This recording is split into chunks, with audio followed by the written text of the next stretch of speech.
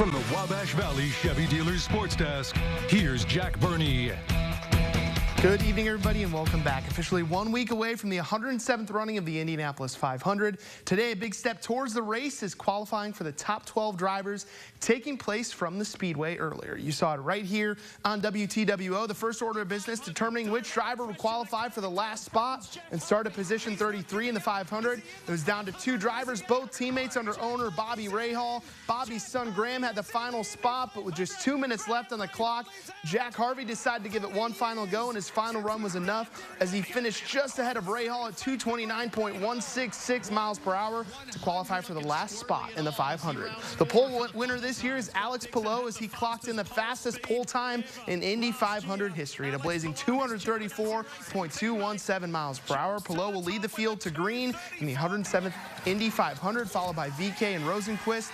We're excited to bring you coverage all week long right here on WTWO ahead of the greatest spectacle in racing. Here's Palou after his win. It means the world to me now, to the boys, to everybody. We know it was going to be tight.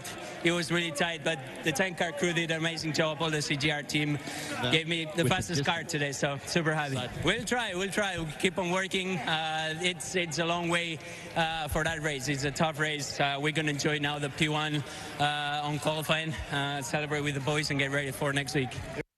To college baseball now, the Indiana State Sycamores wrapping up the regular season on a high note this weekend ahead of hosting this week's Missouri Valley Conference tournament.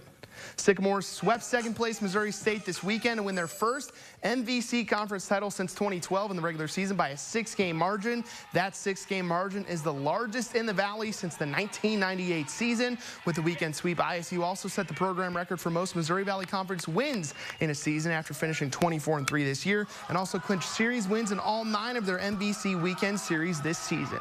If ISU can win the conference tournament, there is a pretty good chance that the Sycamores could be chosen by the NCAA to host a regional in the NCAA baseball tournament.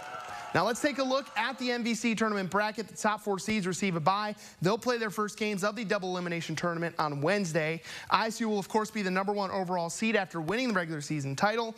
On Tuesday, 6th seed UIC will take on 7th seed Belmont at 2:30 p.m. from Bob Warren Field. The winner of that game will most likely be the Sycamores' first-round opponent, unless 8th seed Valpo can upset 5th seed Murray State in the second game on Tuesday. So Indiana State, they'll look to take their first step towards their first conference tournament title since 2019 on Wednesday at 4 p.m. from Bob Warren Field.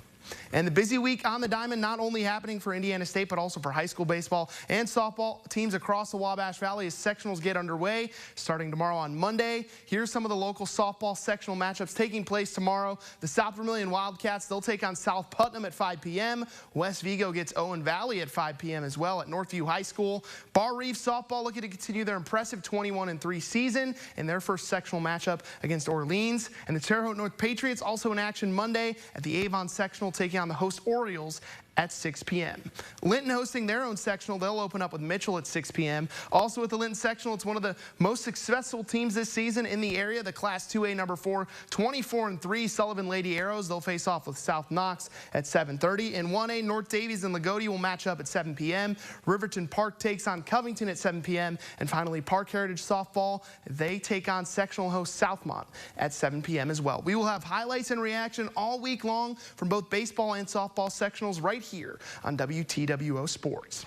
And finally, the final round of the PGA Championship taking place earlier at Oak Hills Golf Course. It was an exciting finish to the second major of the year. And the shot of the day belonged to Michael Block as he hits this tee shot on the 15th hole, 151 yards, and it goes straight in the hole for a hole-in-one. How about that? Block is a PGA Club pro who teaches golf lessons in California. He had never made a cut at a major tournament until this weekend, and he finishes off the weekend with an ace for his first career hole-in-one at a major tournament and a top 15 finish, which qualifies him for next year's PGA Championship. What a story that is. But the winner of this year's PGA Championship was LIV golfer Brooks Koepka. It's Koepka's 3rd PGA title win and his 5th career major championship. He finished 9 under par for the tournament, 2 strokes ahead of Scotty Scheffler and Victor Holland. Koepka now has finished in the top 2 in both majors this year as he looks to continue that success into the next major, which is the U.S. Open taking place in July.